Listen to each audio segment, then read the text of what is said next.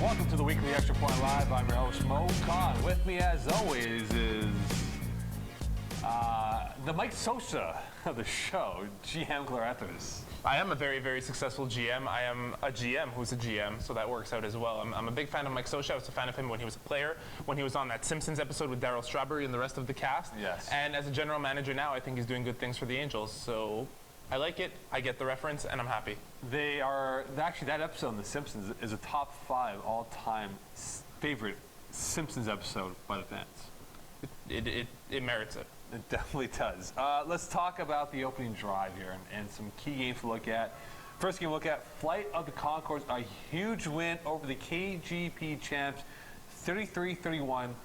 Flight of the Conchords now have a tiebreaker over them, essentially. But also on top of that, they are one step closer to their playoff destiny in terms of where they can finish.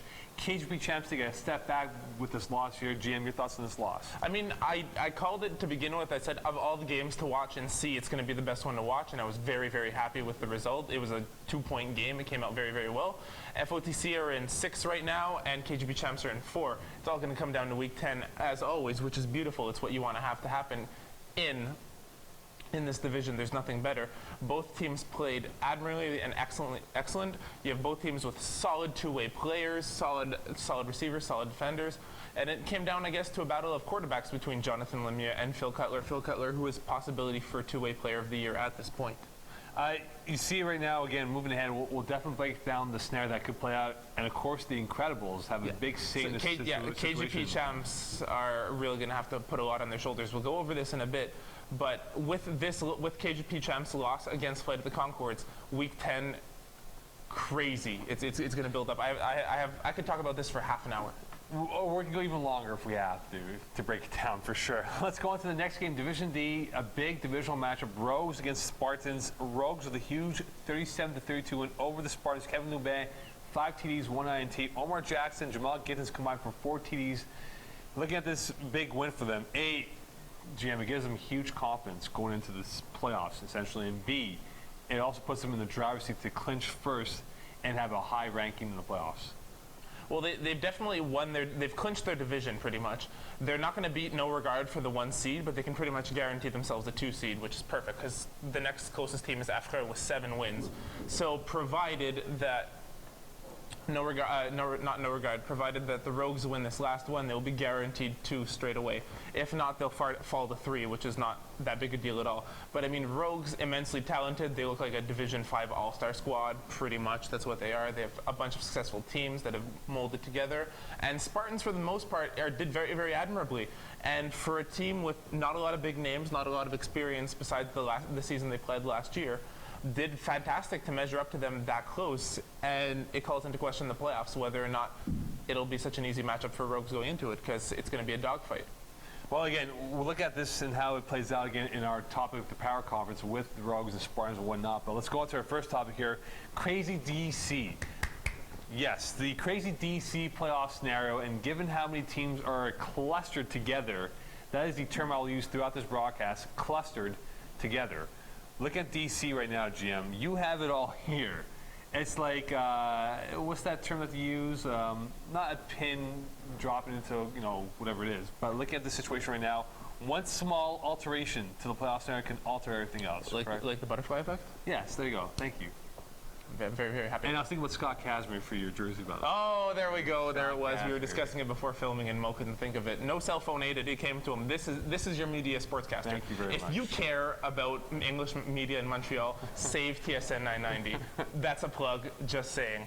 Now going back to the Division C playoffs. Yes. I'm going to give you the simplest thing before going over everything else.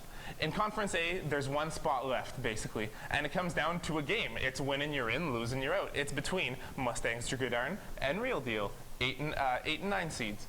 The winner makes playoffs. The loser does not. So basically, Darren Basmajan Fan Club, Prestige Worldwide, the Commission and Monstars, Pump and Ditch, Jewish Cucumbers, and Hall of Famers have guaranteed 1 through 7. Now, where they finish amongst themselves right there may be a different story, but they are guaranteed those 1 through 7 spots.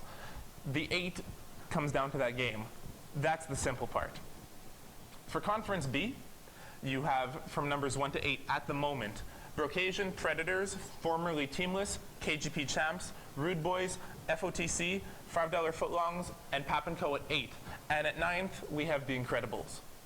Now, I alluded to it earlier that there's going to be a lot in this Week 10 matchup.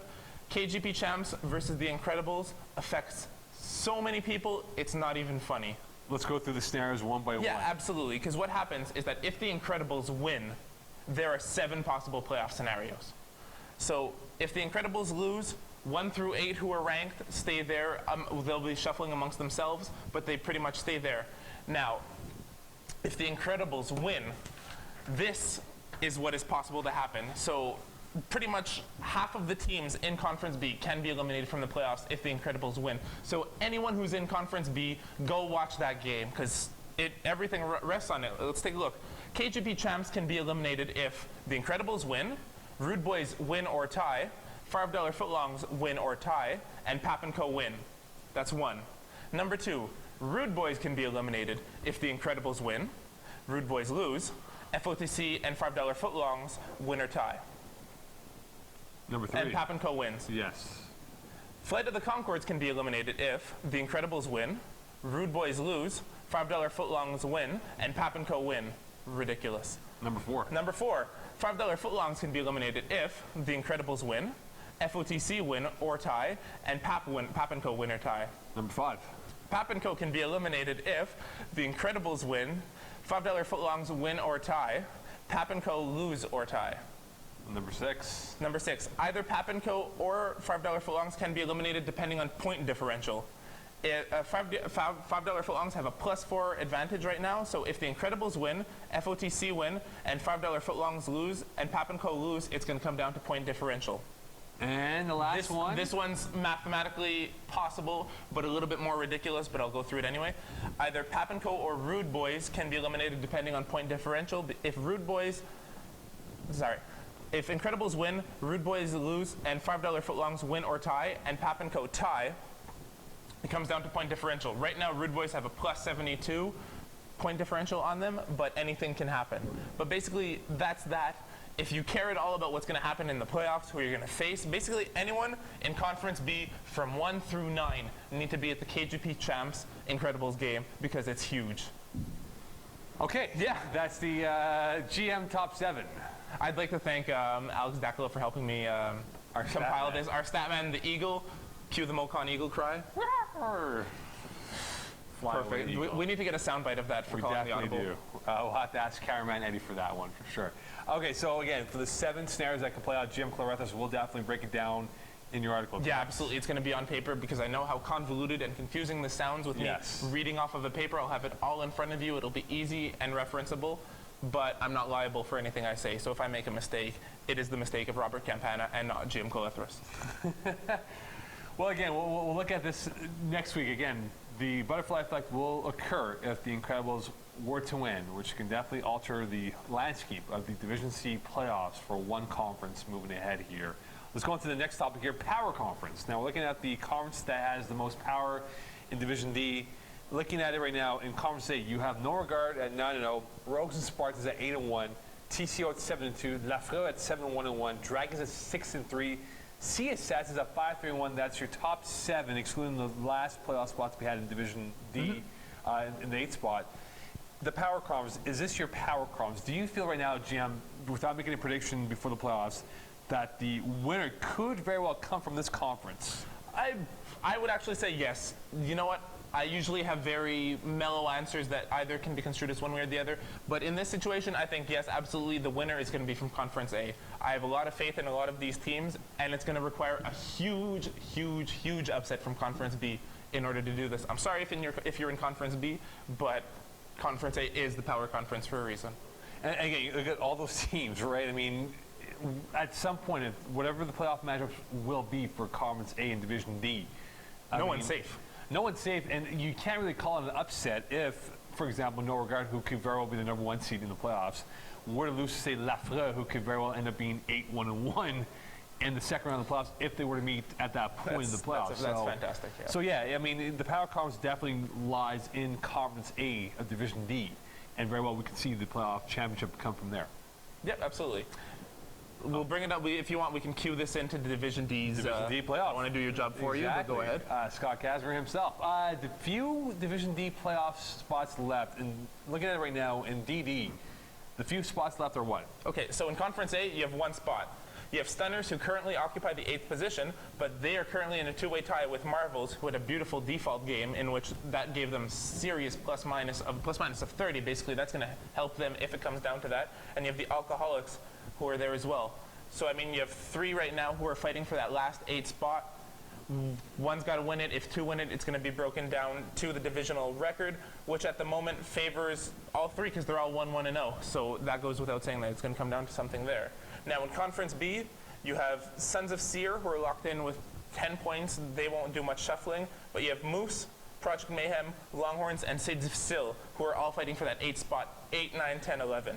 And right now, of all of them, it looks like it can be in crapshoot. If all 3 lose, then it's possible for 11 or 10 to make it. But if there's a 4-way tie or even a 3-way tie, 10 and 11 are in a bit of a bad spot because of their 0-2-0 records.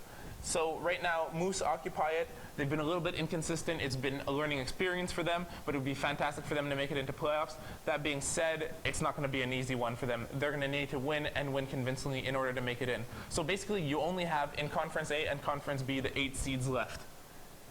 Well, again, with the few remaining spots left in Division D, are you certain for the bubble teams, is there one team you can pick up from that bubble group that you can say to yourself, yes, they will make it to the playoffs?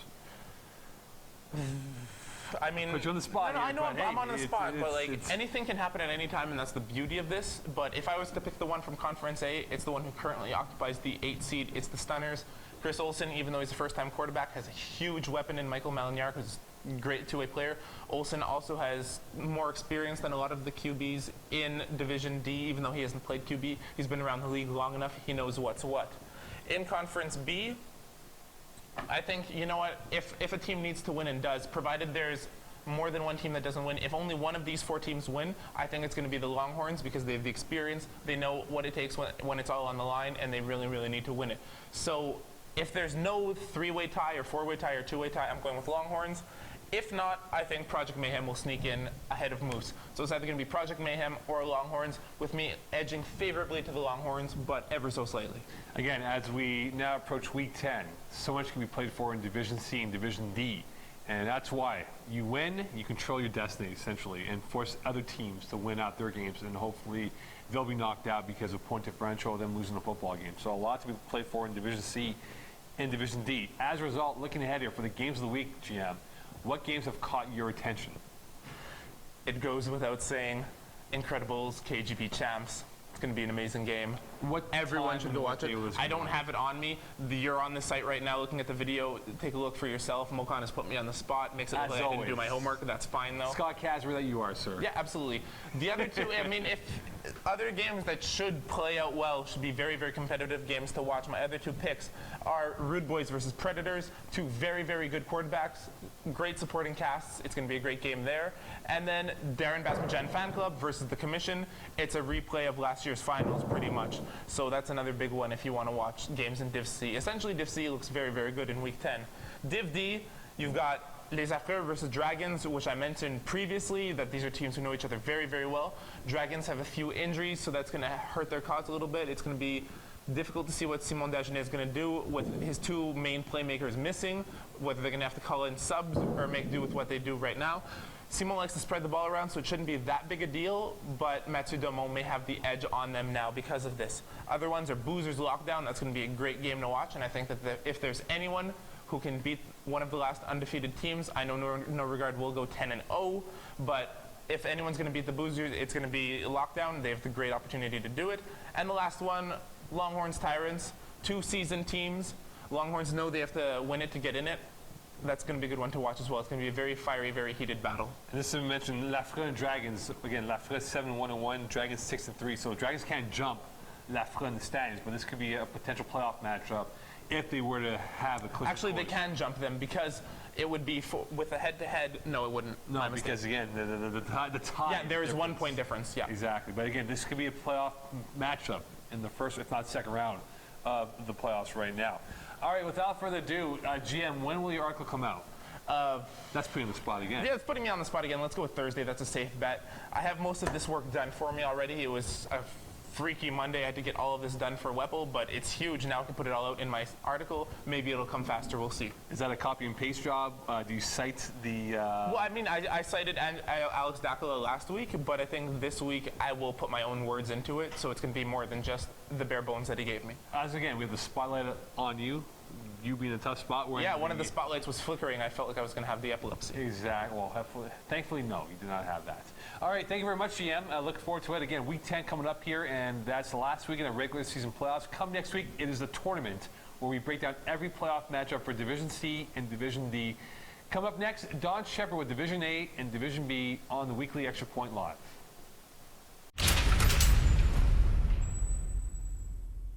Welcome back to the Weekly Extra Point Live. I'm your host, Moe Khan. With me for the second half of this FPF edition is none other than himself, the Adam Lind of the show, Don Bomb Squad Shepherd, Darth Vader. Yes, that is me. It is you. I feel like I'm breathing that way right now, actually. We just need you to wear the Darth Vader mask, and you're good to go. Let's go with the opening drive. 2 critical games, key games to look at. Division A, the big one, of course, the Mercenaries and Snookers. As we explained last week, Don, looking at this matchup here, the Mercenaries win this football game. They are in the driver's seat to clinch the 3rd spot. Snookers win, they're in, Mercenaries out. However, the Mercenaries did win this football game, 31-28. Paul Lapierre, 5 TD passes. Tony Tibet, 4 TD passes. Now we're in the last week of the season, Don Shepherd. Looking at these 2 teams here, the Mercenaries are now in with the Snookers looking out. After winning by 3 points, but I'm pretty sure I said 2 points, so pretty much on the ball, just throwing it out there, not really pointing any fingers at me.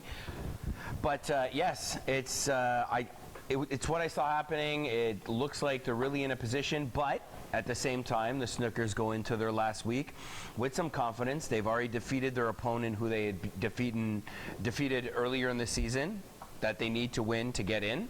And the Mercenaries have had problems as of late beating Montreal's Finest, and Montreal's Finest is on a bit of a roll, so their matchup is going to be a little harder for them.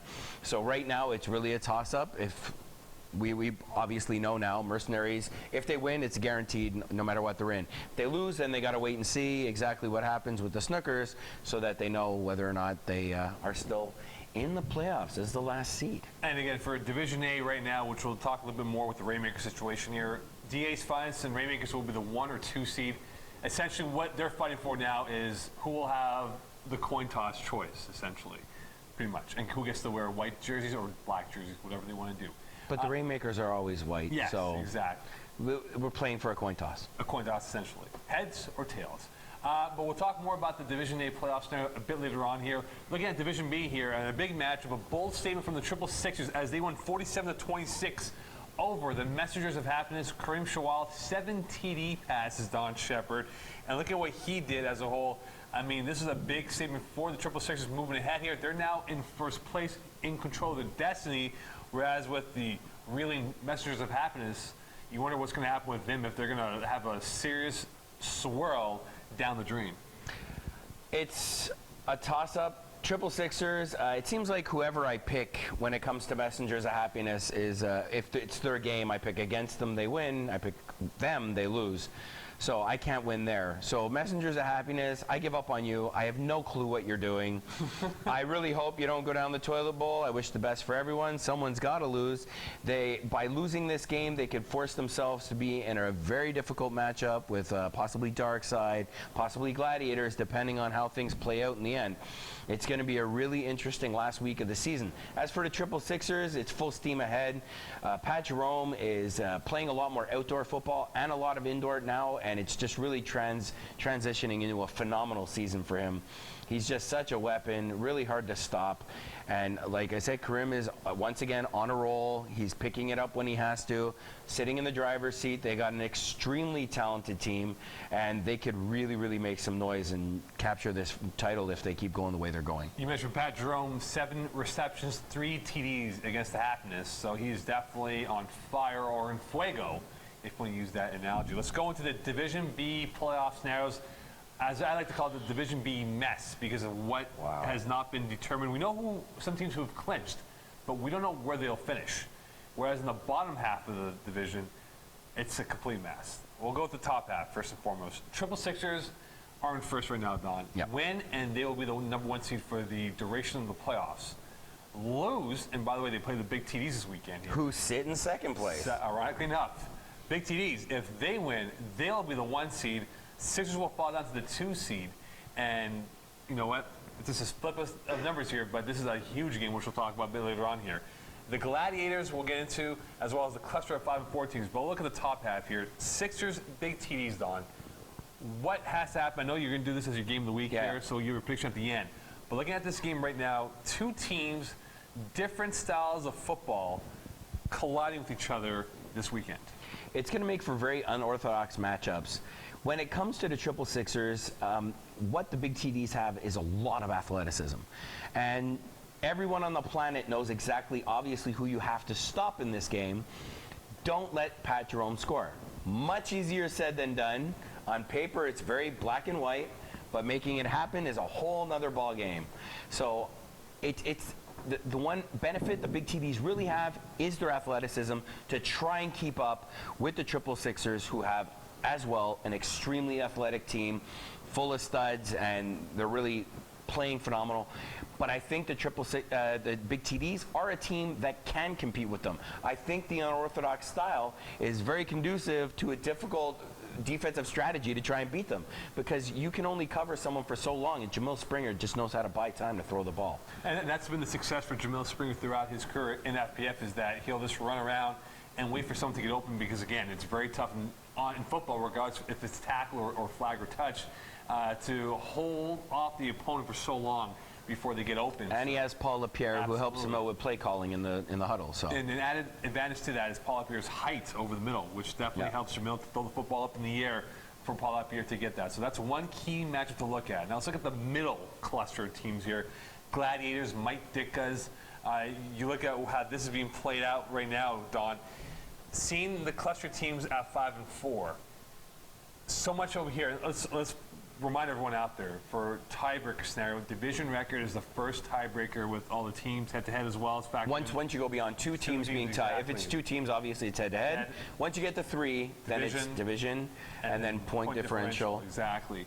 Looking at it right now, with the cluster of 5 and 4 teams that we have here, Messengers of Happiness, Gladiators, and you look at Darkside creeping up right now, that is a pretty intense 3-4 teams that we have. And let's not forget, Big T's could fall into that category. Yep, if they lose. Exactly. We could have a 4-way split right down the middle. And the very interesting thing from all this is, this year with our crossover games, a team can actually kind of be penalized for beating a higher division opponent because your division record might be worse. Whereas teams who are at the bottom, who Messengers of Happiness at the beginning of the season only had to play one higher division team, has a stronger divisional record because almost all their opponents were in their own division. It's a really interesting scenario. As usual, it always counts on who you play, so it shouldn't be that much of a big deal because it is your division who you have to beat in order to accelerate moving forward. It's just ironic that by beating a higher division team, someone like the Blazers right now have a worse divisional record because they beat someone higher up. You know, the funny part is that in college football, they always have like the weighted schedule. If you beat a higher ranked team, therefore you can move up the rankings. It's ironic that we had that scenario being played out where a Division B team that has been a Division A team, as you pointed out before, will get penalized because, again, the divisional record will come into play. So there's always a flaw or two in the system, but again, it is what it is with the middle half. Looking at Mike Ditka's, your team, Yep. they have clinched, but they don't know where they will be. They could be, who knows, 7, 8, 6 maybe? Yep. We don't know. 6, 7, 8, anywhere in there. So they will be anywhere in there fluctuating. Whereas in the bottom half, we have the Maniacs, Blazers, and Park Street Elite.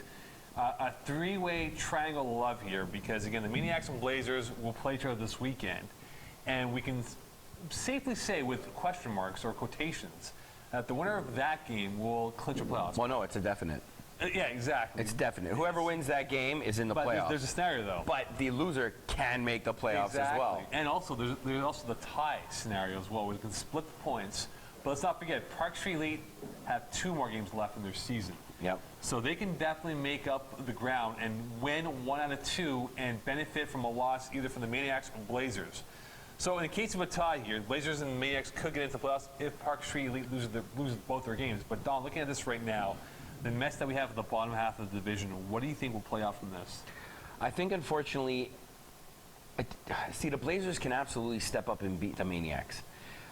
But which would leave the Maniacs out of the playoffs. But For now, yeah. Depending on what happens with Park Street Elite. I think it's so confusing because nothing's really black and white here. You got a whole gray area, a whole mishmash of teams that are all kind of trying to figure out their playoff scenarios. It took us 15 minutes last night to figure out that we were in the playoffs, for sure. After we had beat the Gladiators, that would be my Dickas. So right now, looking at the sheets, I'm telling you, I'm baffled. The Blazers are a team that can absolutely step up at the end, and Carmen Police has been coming out to really try and help them close out the season. They win, they should be in. Right now, I'm not sure. See, the Maniacs always seem to have the same sort of game plan, but they're extremely athletic as well. Right. So it can really work for them or really go against them. It depends. Last night it didn't work for them as they played dark side, had a really rough go of it.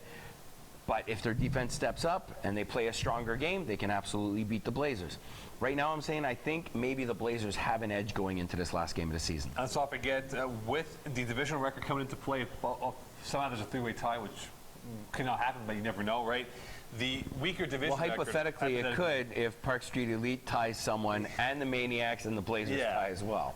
Just for record's sake, the Blazers have a far inferior division record right now at 1-6. So there's a lot to be played for the Blazers. Since they defeated the Snookers. Exactly. And right now, if you look at it, let's not forget the whole quarterback situation right now. And I'm talking about the Blazers and how they've done very well in years past. Do you think this will happen again, where the quarterback of the Blazers will ascend to the top? This is what he has to do, and it seems like the only time he's extremely focused is when there's bad circumstances. Well, Leon Holder definitely does ascend to the top. Exactly. That's what I'm saying. He always plays his best under bad circumstances. Yeah. And this is the worst of circumstances. So now it's time for you to step up again, and we'll see if you do it. I think you will. You usually do. But you never know. Everyone can have an off game. He seems to not have an off game when it comes right down to the wire. So as we said before, it's a complete mess in Division B, but by Sunday night we'll have it all figured out who's 1, 2, 3, 4, 5, right down to 8 for the playoffs. Because nothing is set right now. Nothing is set right now, except for maybe... Except for the triple sixers will be in the top 2. That's the only thing you can guarantee. Mike Dick will be floating around somewhere in the bottom half of the playoff scenario. Let's go on to the next topic here, Don. Rainmakers. Now, we spoke about the Rainmakers. Great start to the year, 5-1. And we've always mentioned about the mid-season swoon, how they always falter at the wrong part of the season. Now, in the last 3 games, they're 1-2. They've given up in the 2 losses an average of 42 points. Did they miss a golden opportunity to put down their stamp of approval on DA's finals to A, win the game, and B, go into the playoff battle with this team again with more confidence, given that they swept the regular season series? Absolutely not, because the Rainmakers this year, as usual, seem to have a bunch of guys who right near the middle of the season, towards the end, who go on vacation. And they don't have the regular lineup. They're scrambling for guys. They're throwing guys in there just to change it up, to try and make it, follow through on the game, hope to get a win, but they don't have the regular stable of people. And they really want to have that going into the last. So as long as they have their guys they usually have, because I mentioned this earlier in the season, they always seem to lose guys for a little bit. If they can get them back, for the playoffs, then they have absolutely nothing to worry about. Right. If you're going to have the same core of guys you've had for the last 3-game stretch, then there's really, really time for concern. Well, you know, when you see it right now, I mean, look, Matt Kurek had 4 sacks. Best game for him so far in the DA's finest uniform. Ryan Castor, 3 INTs, wasn't his best effort. And you look at the overall production. 3 INTs in 3 consecutive drives. Yeah, and you look which is unheard of. It's especially in flag football, right? And then you look at the body work from DA's finest compared to the Rainmakers. You wonder if Ryan Castor could get the right mix of guys in there for their last game next weekend. And then, of course, the playoff time when they play DA's finest in the second round or the first round of the playoffs, however we want to term it as. Well, it's the first round, and then the loser has to play in the Yeah, second round against whatever, the third-place yeah, team. So exactly. in the first round of the playoffs.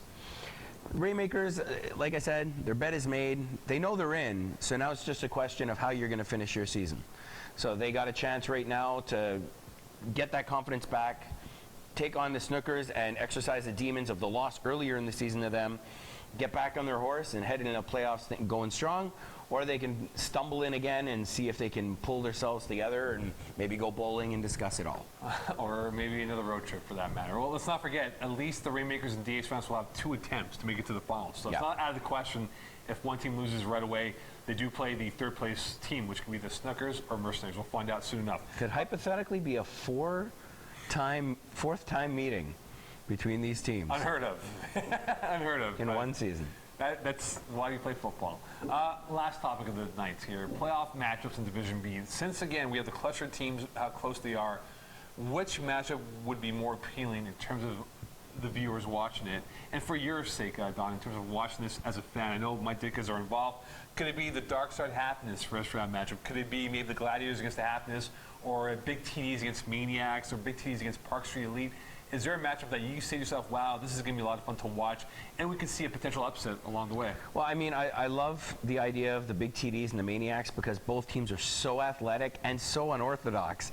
To watch that game, you're biting your fingernails because you have no idea. You can't break it down like a regular football game. You can't watch it and say, okay, this is the quarterback's reads because both of them are impromptu, shifty guys who like to get buy some time and, you know, sometimes just chuck it up, go into their big guys. They got JR on one side, Yeah. you got Paul Lapierre on the other. It can make some really, really interesting football. I think that's a matchup I'd really enjoy watching.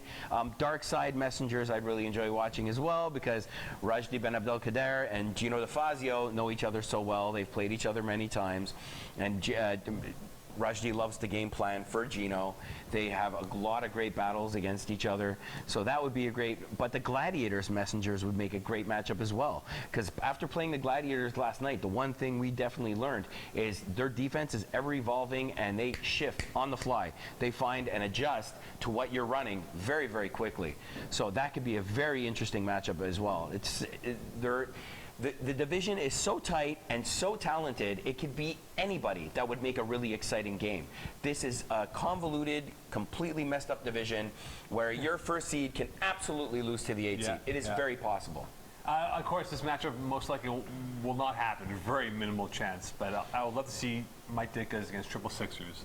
Great finish to that game back in Broadstart not too long ago. And if there was a collision course again, you wonder how that would play out. Of course, you being involved with Mike Dickas.